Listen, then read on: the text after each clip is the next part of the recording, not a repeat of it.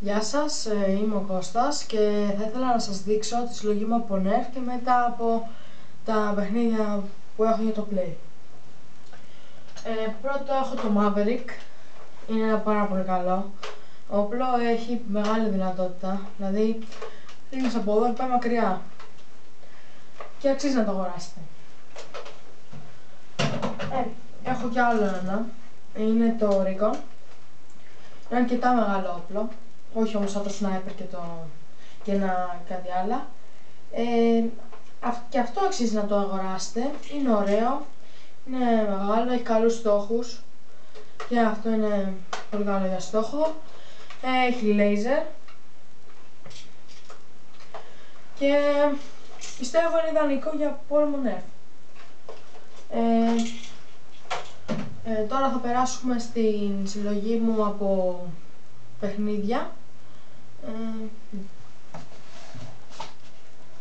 Λοιπόν, τα δύο Call of Duty που έχω είναι το Modern Warfare 2.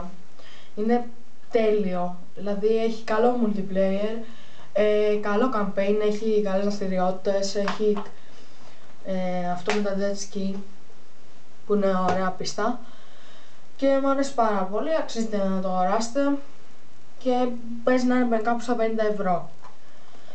Επόμενο είναι το Black Ops, πολύ καλά γραφικά, καλό campaign με δράση, καλό, γι' αυτό το αγόρασα. Μισό λεπτό να φέρω και τα άλλα παιχνίδια. Λοιπόν, έχω το MotoStorm Pacific Rift, πολύ καλό game, αξίζει να το αγοράσετε γιατί έχει καλά αμάξια, έχει Monster Truck, έχει μηχανάκια και είναι πολύ ωραίο, έχει καλά γραφικά και αξίζει. Φυσικά Assassin's Creed 2, πολύ καλό παιχνίδι, είναι γαμάτο και εντάξει, είναι και το Brotherhood που σκοπεύω να το αγοράσω για να δω πως είναι. Resistance 2, εντάξει, με προβληματίζει λίγο το campaign του, είναι λίγο δύσκολο. Δεν έχω δοκιμάσει online, θα δω, αλλά είναι λίγο δύσκολο στο campaign, έχω κολλήσει κάπου. Vegas 2, πολύ καλό, σας το προτείνω γιατί είναι, εντάξει, δεν είναι τόσο καλά γραφικά σαν το Modern Warfare 2 και το Black Ops, αλλά πιστεύω ότι είναι πολύ ωραίο παιχνίδι. Και τελευταίο, που εμένα μου αρέσουν πιο πολύ τις δράσεις, NBA 2K7, παπάλαιο, μου το είχε φέρει ένας φίλος μου, εντάξει, έπαιξα, αλλά θα ήθελα το 11 ή το 10.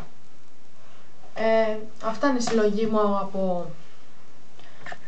από Nerf και Games, PlayStation, να σας το δείξω, να το. Σας ευχαριστώ που είδατε το βίντεο μου.